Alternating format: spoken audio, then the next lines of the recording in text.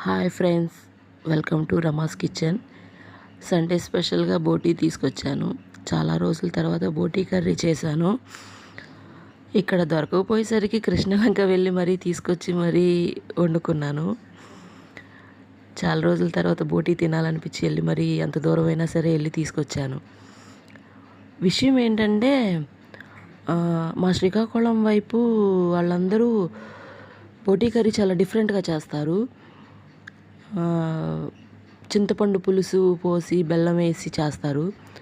నేను ఈరోజు అలానే ట్రై చేశాను. మా అమ్మ చెప్పినట్టుగానే మా అమ్మ చెప్పినట్టుగానే చేశాను. చాలా బాగా కుదిరింది. చాలా టేస్టీగా కూడా ఉంది. ఈ కర్రీ రైస్లో కానీ చపాతీలో కానీ ఉట్టిగా తిన్నా చాలా బాగుంటుంది. వీడియో నచ్చితే లైక్ చేయండి, షేర్ చేయండి, సబ్స్క్రైబ్ చేయండి.